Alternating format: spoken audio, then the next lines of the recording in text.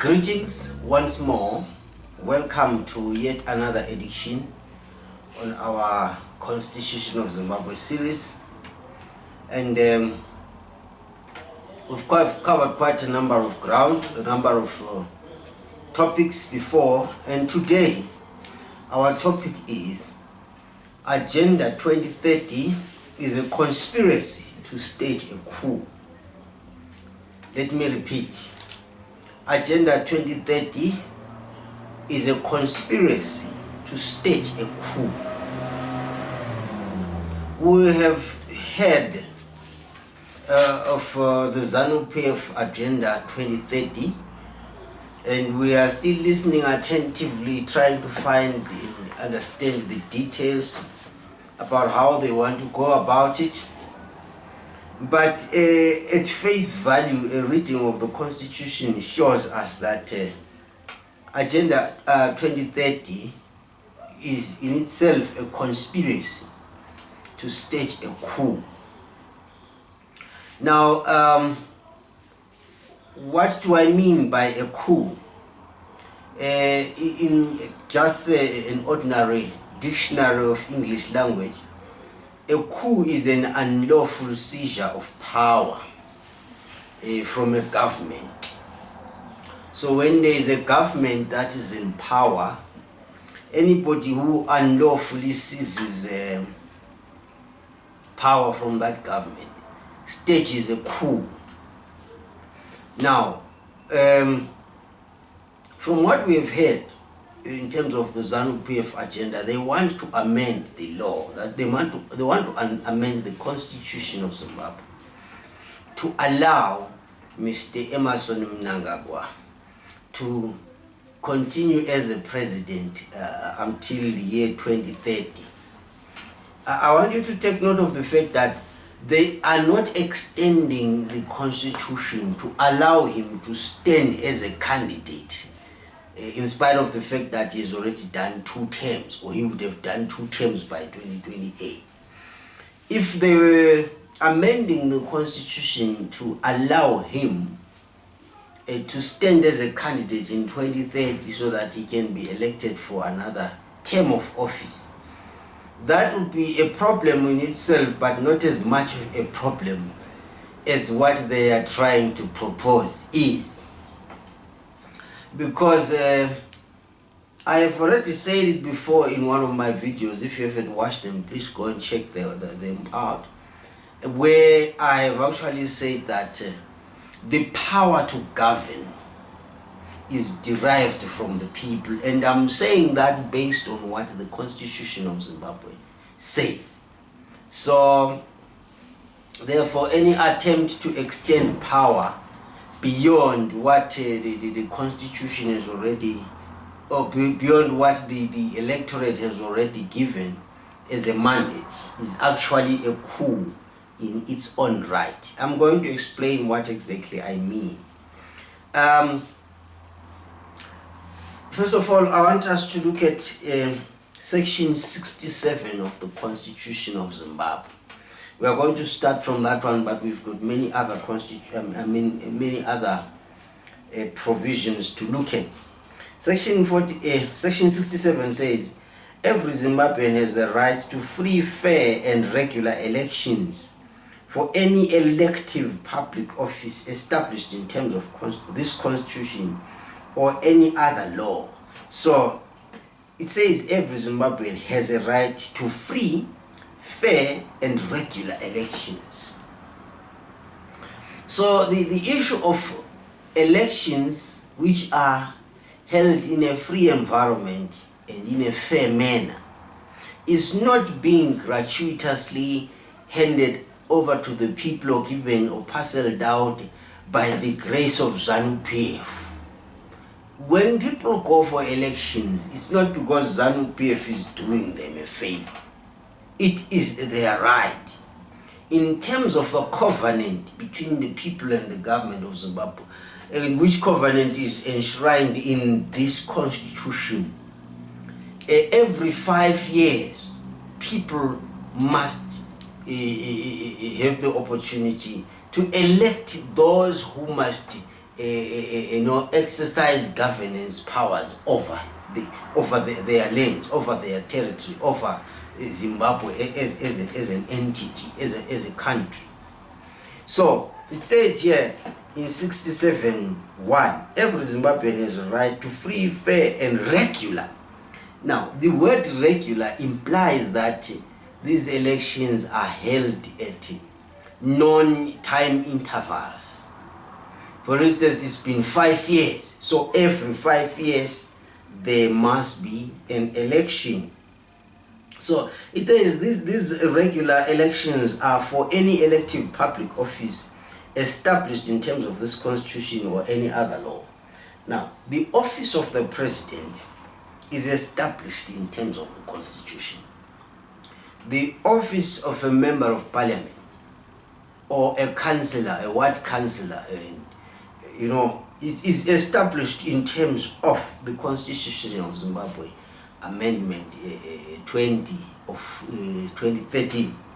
So the issue then, like I have already said, the issue of holding regular elections, that is after every 5 years, it's not being extended by the grace and the mercy and the gratuitous character of ZANU-PF, but it is the law itself, the constitution itself, which provides for such a right to be observed. So section 67(1) is very, very important. It goes with A, and in paragraph B says every citizen has a right to make political choices freely.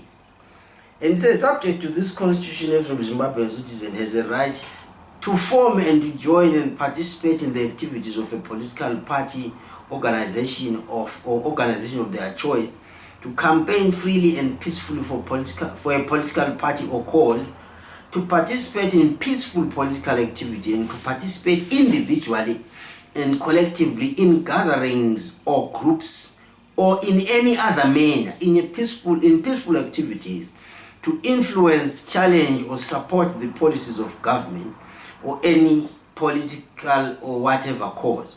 So when you read section 67 subsection 2d, it says that citizens have a right to participate individually or collectively in gatherings or in groups in any manner in peaceful activities to influence.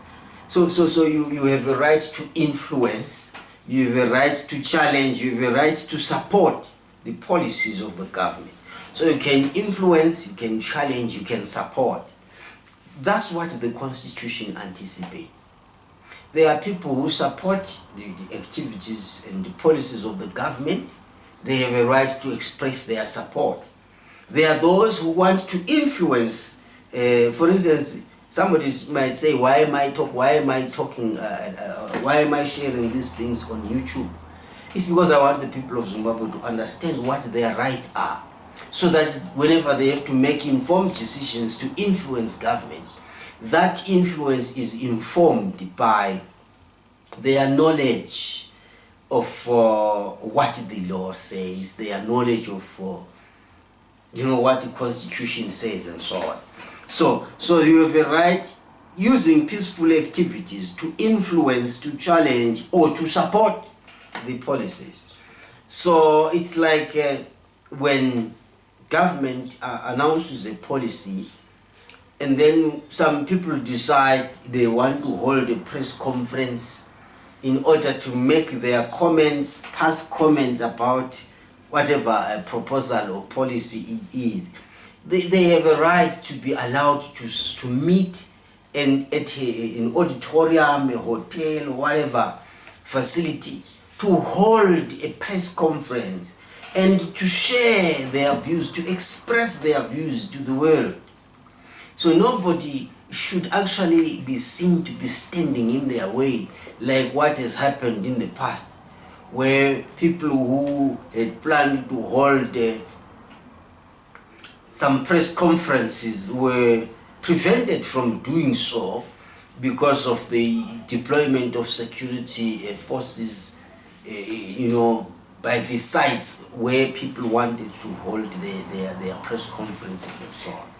There is a principle which says, they that have nothing to hide do not hide anything. So in a way, anybody who does not have anything to hide will not actually prevent people from meeting and talking. People who are holding a press conference are not holding any bombs or guns or knives or whatever. They just hold, they just meet peacefully, they express themselves. If they agree or support certain policies, they do so openly.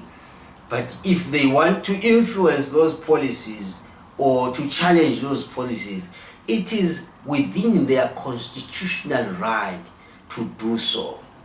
I think one of the problems that really have been very prevalent in the Zimbabwean context is that people are denied knowledge, people are denied freedom, people are denied the right to express themselves.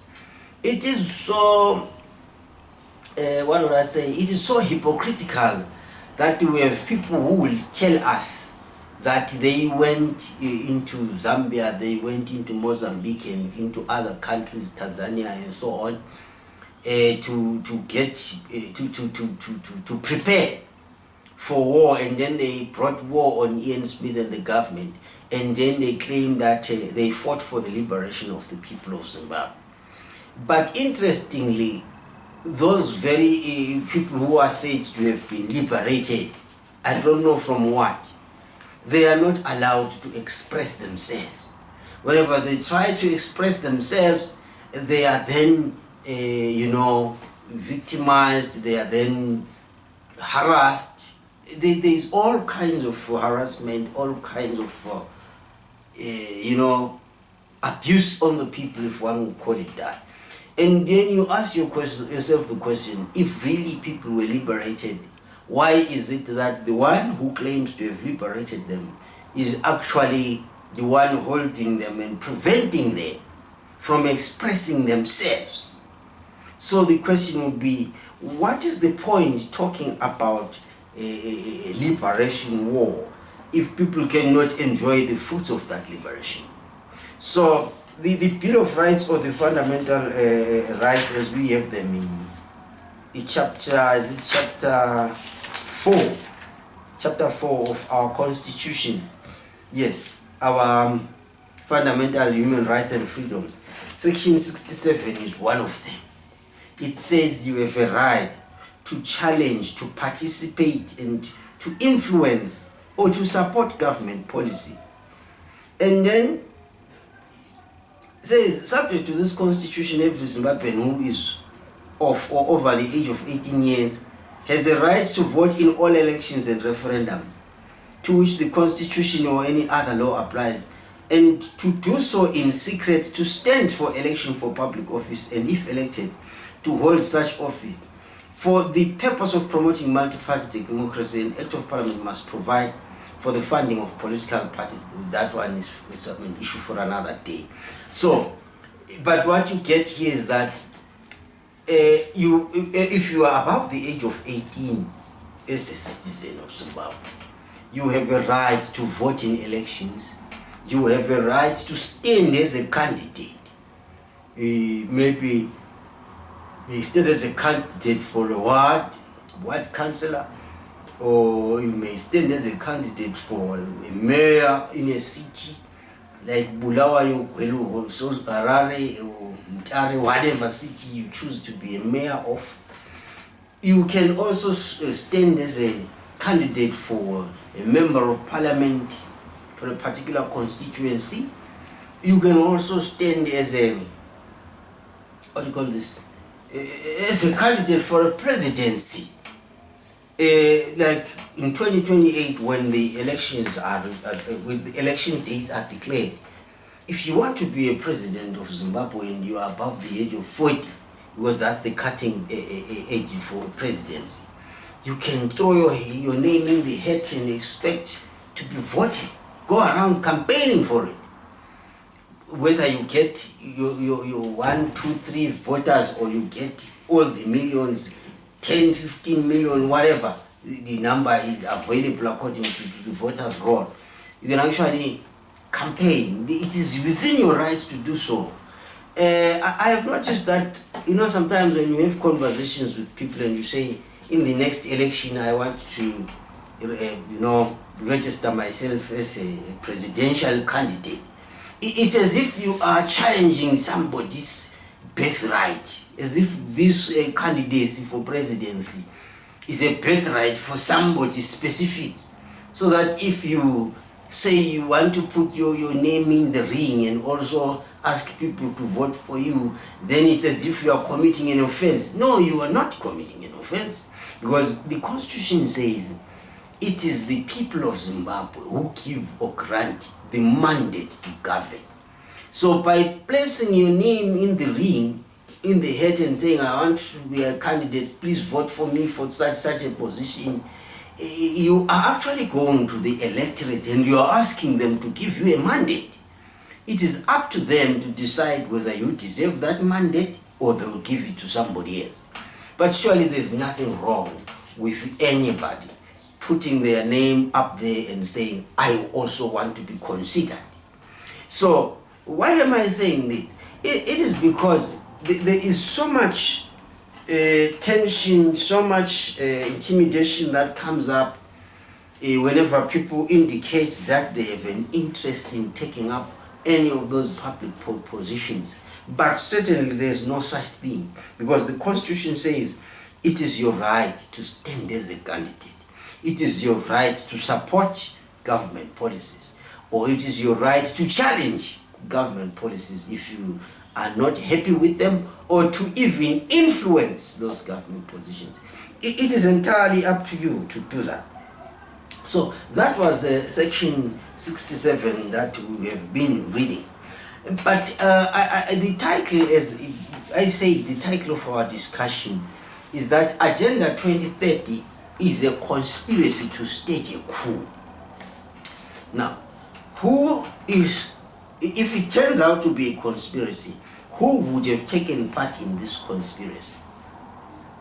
And what should be the consequences for taking part in a conspiracy? Now, let me just remind you of what section 3 of the Constitution says, so that we can contextualize the discussion. Section 3, that's the founding values and principles. It says, Zimbabwe is founded on respect of the following values and principles. Number 1, supremacy of the Constitution. And number 2, is the rule of law. Number 3, fundamental human rights. Right. Talking about the supremacy of the Constitution, the Constitution is not an ordinary legislation. It is above all other legislations or all other statutes. That's why it says here in section 2, this Constitution is the supreme law of Zimbabwe, and any law, practice, custom, conduct inconsistent with this Constitution is to the extent of the is invalid to the extent of the inconsistency. Now, when you think about the Constitution, there is a tendency for people to view it as if it were just like any other ordinary act of parliament. But if truth be told, this is more than a statute. This is more than an act of parliament. Remember, this Constitution was endorsed through the referendum. It was actually adopted by all the people of Zimbabwe collectively. Whilst acts of parliament are passed on the basis of a majority in parliament, this one is above them, because for it to be adopted, a referendum, a national referendum was held, where the people of Zimbabwe voted and said, yes, this is what we want to be our constitution.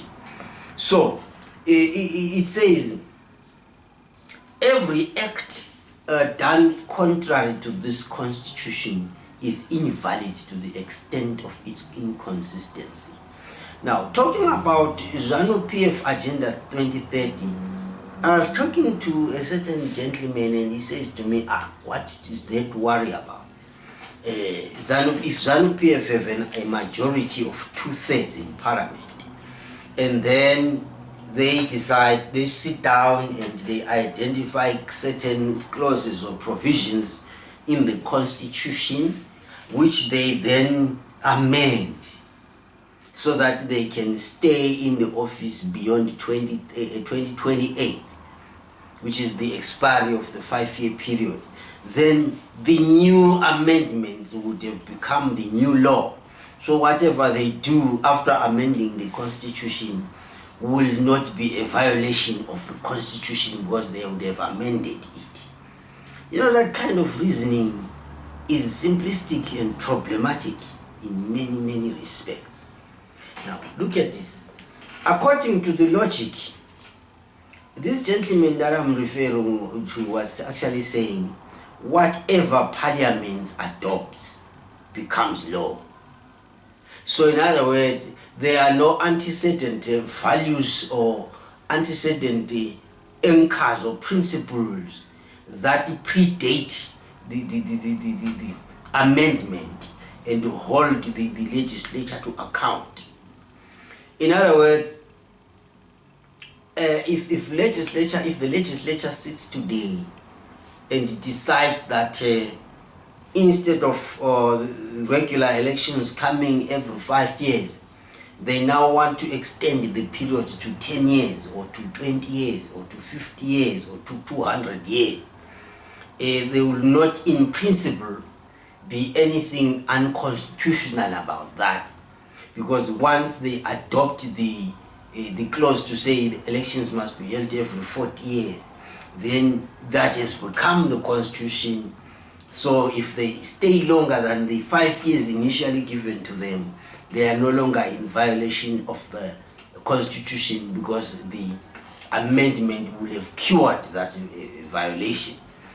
Now, I then ask the question to say, if that were to be the case, then what would prevent, in principle, a parliament that is sent on a 5-year mandate to decide that now it wants to suspend the concept of elections altogether? Or as I said, they decide, okay, now instead of holding elections every 5 years, now elections will be held every 15 years, or any other arbitrary figure for that matter. The question is, what would prevent them? So, the principle of the rule of law that we found in section 3(1)(b) implies that you don't make a law today to govern conduct that happened yesterday. And you don't apply the law to some people selectively and not to others. You don't choose when the law will apply and when it will not apply. Now, I spoke about antecedent principles, or principles that pre-existed the election of this current parliament. Remember, a parliament is established for a term. So it's a term. When this current parliament and the presidents, the executive, were elected in 2023, they were elected for a specific term. So at the expiry of that term, they must vacate office. If they are interested in continuing, they must submit themselves to the next round of elections, which should take place in 2028, so that they can be re-elected if the people like them. You see, my focus is on the fact that when this current parliament and the current executive, the current government, were elected in 2023, the electorate gave them a mandate of 5 years in length. Now let's look at section 3(2). It says, the principles of good governance which bind the state and all institutions and agencies of government at every level include a multi-party democratic political system, include an electoral system based on universal suffrage and equality of votes, includes free, fair and regular elections. So it's free, fair and regular elections. An orderly transfer of power. And I want us to look at paragraph F. The principles of good governance which bind the state and all institutions and agencies of government at every level include respect for the people of Zimbabwe, from whom the authority to govern is derived. So according to the Constitution, the authority to govern is derived from the people. It is the people of Zimbabwe who grant the president the power to govern, who grant the legislature the power to govern. Now, in the last election of 2023, acting on section 143(1), which says that the term of parliament and the presidency runs concurrently for a 5-year period, the people gave this current government a 5-year period. So at the expiry of that 5-year period, the parliament will have to be dissolved. The president will have to step down for another president to come in. It might still be him if the amendment to give him a third term is successful. But he must, the principle is that he steps down, even though he continues to hold power, but that's temporary, because his term would have expired. So he would really be a caretaker during the election period. The president is a caretaker.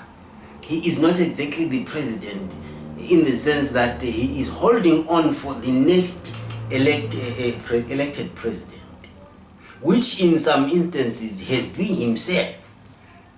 So when then we say that the power to govern is derived from the people, it implies that the president and the parliament and the local and provincial and rural councils cannot give themselves power. In other words, you can't have a parliament sitting there in Harare and deciding, the people gave us a 5-year period, but now we want to extend it to 7.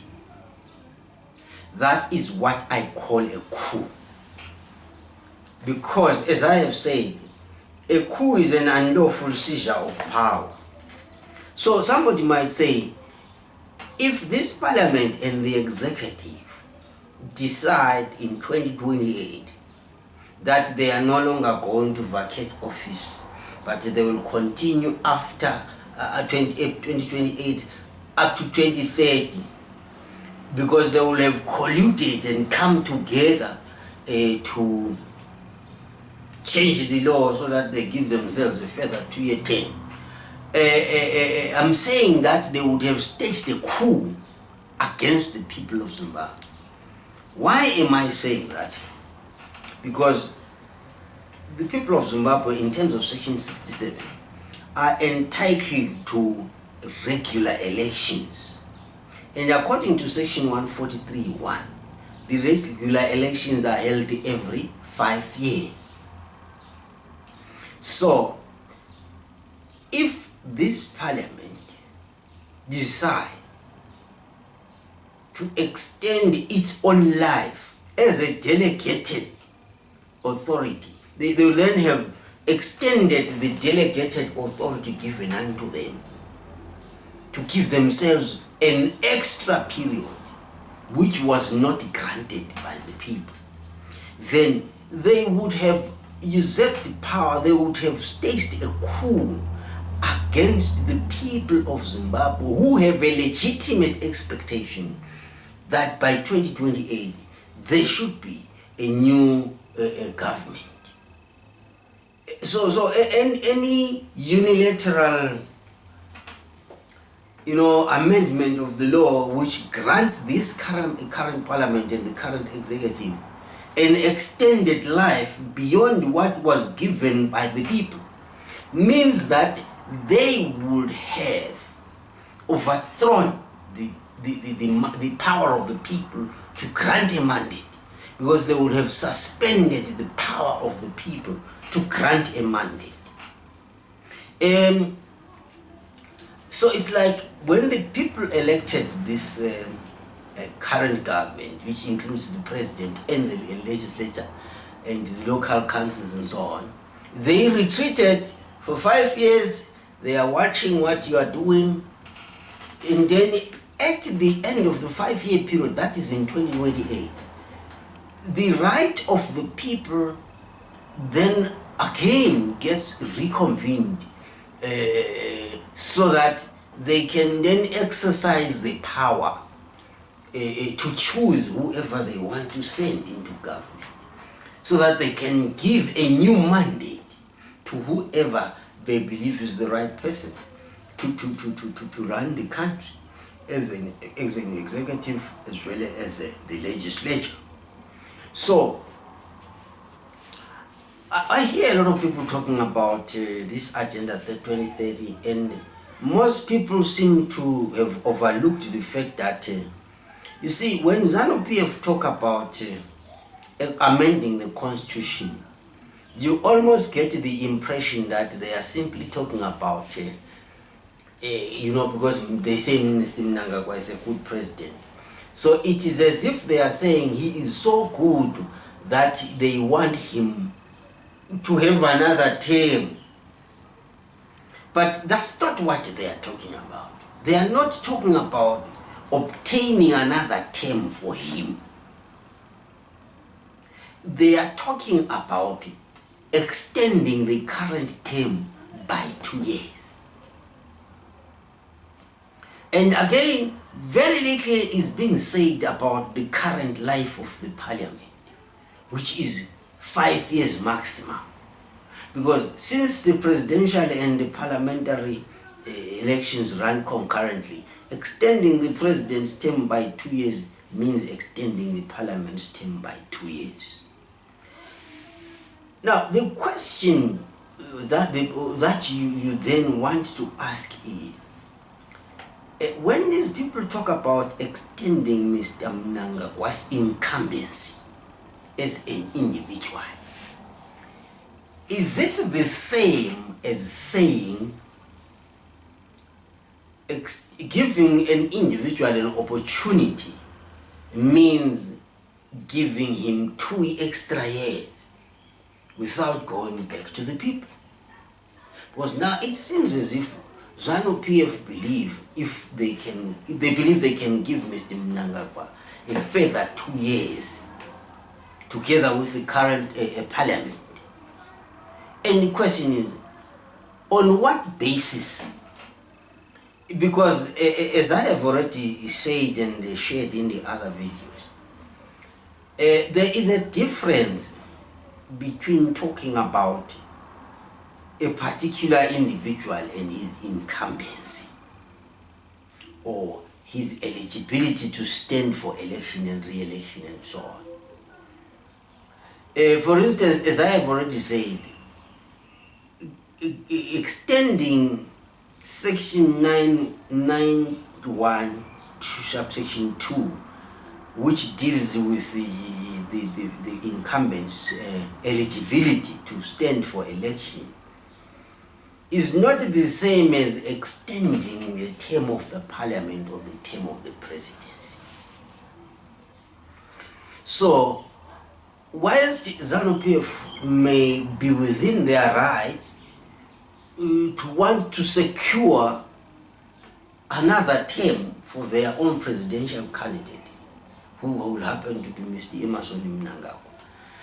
It is not the same as saying once the disqualification on him is lifted, therefore he automatically continues beyond the expiry date, which is August, September 28 of the expiry of this current term of presidency and the parliament.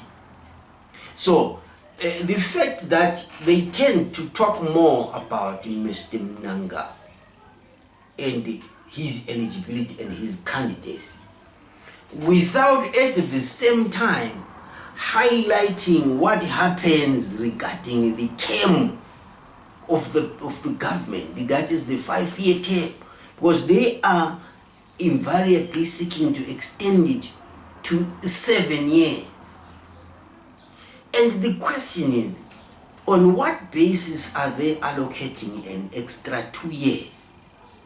Because as I have already said, if the power to govern is derived from the people only gave a 5-year period. So on what grounds does the parliament or the executive, the two of them working in collusion, on what basis and on what grounds do they grant themselves another 2 years? And that then automatically ropes in my question where I said, if they can give themselves a further 2 years, why would they, what would prevent them from giving themselves 10 years, 15 years, 25 years? Because in principle, it amounts to the same thing.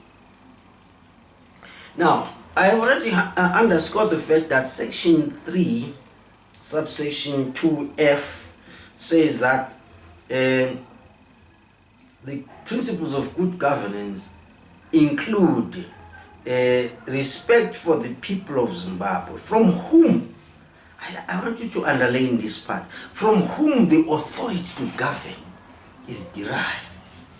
So the authority to govern is derived from the people. It comes from the people. It doesn't come from parliament. It doesn't come from the parliament.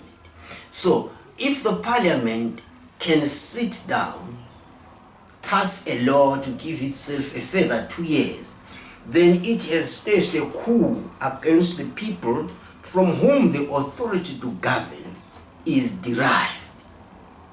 Now, this authority is, the source of the authority is shared for us. If we can go back to section 88. Section 88, which is on the executive, says, executive authority derives from the people of Zimbabwe and must be exercised in accordance with this constitution. So, in other words, the powers of the president are already streamlined by this constitution. It says this power must be exercised, this authority derives from the people and must be exercised in accordance with this constitution. It says the executive authority of Zimbabwe vests in the president, who exercises it subject to this constitution through the parliament. So the president exercises power subject to this constitution. And it says this executive authority derives from the people of Zimbabwe.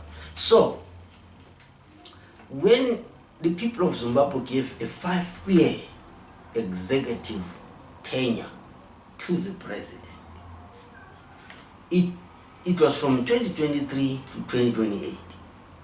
And because he exercises this authority subject to, rather, he derives this authority from the people. Therefore, he has no way of staying longer than what the people have given to him, unless by so doing he stages a coup against their rights, against their power. Because in other words, if the president and the legislature, that is the parliamentarians, do not get dissolved and come back to seek a further mandate from the people in 2028, or a new mandate, not a further mandate, then they would have connived, they would have colluded, they would have conspired against the right of the people to choose, because it is the right of the people to assign a mandate. And we don't only see that in section 88, we also see it in section 117, which says the legislative authority of Zimbabwe is derived from the people and is exercised and is vested and exercised in accordance with the Constitution by the legislature. So it says here that the authority to make laws is derived from the people of Zimbabwe.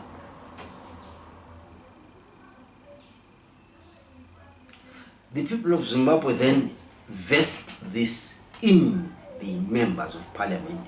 They vest this in their parliament, which of course then has to exercise that power on the basis of the authority that is granted by the people. So I continue to ask, when a parliament which was given a life up to 2028 decides to give itself a 2-year, an extra 2 years up to 2030, according to section 3(2)(f) and according to section 88 and section 117, that parliament will have stolen power from the people. It would have usurped that power from the people, because then it would be exercising power contrary to what the people gave to it. Once more, let me clarify a question that was raised, or an issue that was raised by somebody who says, if they can go into parliament, the members of parliament, all of them, let's say all of them, hypothetically, or whatever appropriate threshold is required to amend section 328 of the Constitution, or to amend all other provisions anyway. If all members of parliament decided to say, the people elected us for 5 years, but now we want to stay here for 15 years, or any length or duration as one might think of it. The provision in section 328 subsection 7 is that anybody who amends a legal provision as a legislator, or any amendment that takes place to advantage a legislator or advantage the president or anybody, must not apply to the incumbent. We saw this in the case of Chief Justice Luke Malaba, where a retirement age was extended, was amended, so that instead of him retiring, he then got a new lease of life. And some people have been arguing that that provides what called a precedent. So because it has already happened, therefore, even an amendment of the Constitution to allow Mr. Mnangagwa to continue, or to allow the parliament to stay for another 2 years, will still benefit the incumbents. So in other words, the incumbents will not necessarily be disqualified, even though section 328 subsection 7 had actually said that whoever is an incumbent and is holding office at the time of the amendment must not be benefited by the amendment. You see, when you look at that section 328, subsection 7, to understand the logic of its inclusion in the Constitution, you will notice that it meant to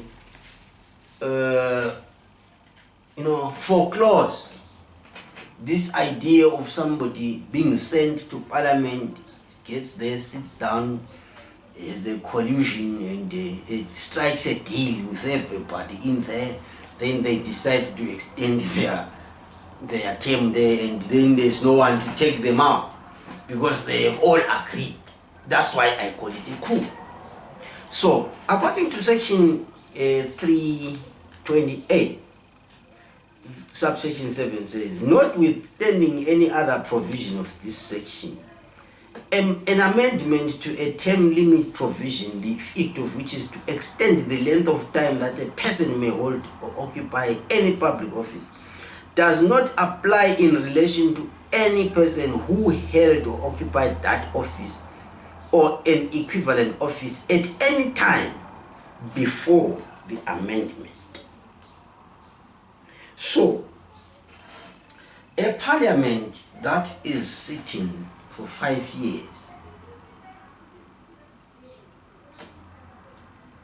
having been given a 5-year mandate, if it decides not to vacate office by 2028, but to remain in that office indefinitely, or to remain for a further 2 years as is being proposed, that would be in violation of the spirit of section 328 subsection 7.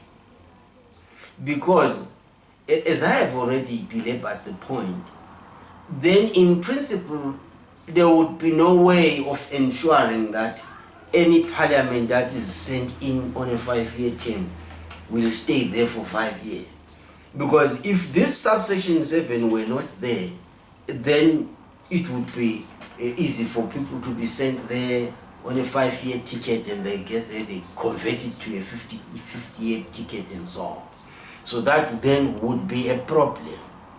So the long and the short of it, in summary, is that in line with the principle of the rule of law, this current parliament does not have power to extend its own life by a further 2 years. This parliament, working with the executive, do not have any power to assign themselves a further 2 years. If they do so, they would have acted in violation of the Constitution. And somebody says, what if they amend this Constitution so that it allows them a 7-year period or whatever?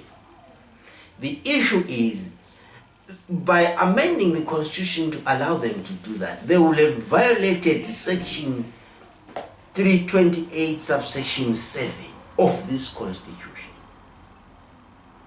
Somebody might say, what if they then amend this very clause? Then the issue is, they would have mutilated the Constitution, they would have destroyed the Constitution on which they were sent to go and protect. So they would have destroyed it. But remember, in terms of the oath of office that they whenever they were coming in as members of parliament or as the executive, they were sworn into office in terms of oaths. And those oaths are part of this very Constitution that we are talking about. So, in terms of those, the different oaths of office that they saw in allegiance to the state based on, anything that they do to mutilate the Constitution would actually declare, in fact, it would present them as criminals. Yes, they will be criminals. According to the 3rd schedule of the Constitution, we have the different oaths there, oath of affirmations, oath of affirmation of office, and then the oath or affirmation of president and vice presidents, and then the deputy ministers, everybody who has to swear an oath. Those oaths are given there for us, so we almost know what each person swearing an oath is expected to do. In fact, what undertaking they made. Let me start by reading the oath of the members of parliament. It says, I, so and so, swear solemnly or solemnly affirm that I'll be faithful to Zimbabwe and I'll uphold the Constitution and all other laws of Zimbabwe, and that I will perform my duties as a senator, member of National Assembly, whichever is appropriate, faithfully and to the best of my ability, so help me God. Now, this is the oath that the parliamentarian took, saying, I will uphold the Constitution and all other laws of Zimbabwe. So if this same parliamentarian now goes in, who saw to uphold a 5-year, the Constitution which gave him a 5-year term, now goes in there, simplistically, naively, and mischievously gives himself or herself a further 2 years, then this parliamentarian would be acting in violation of the law.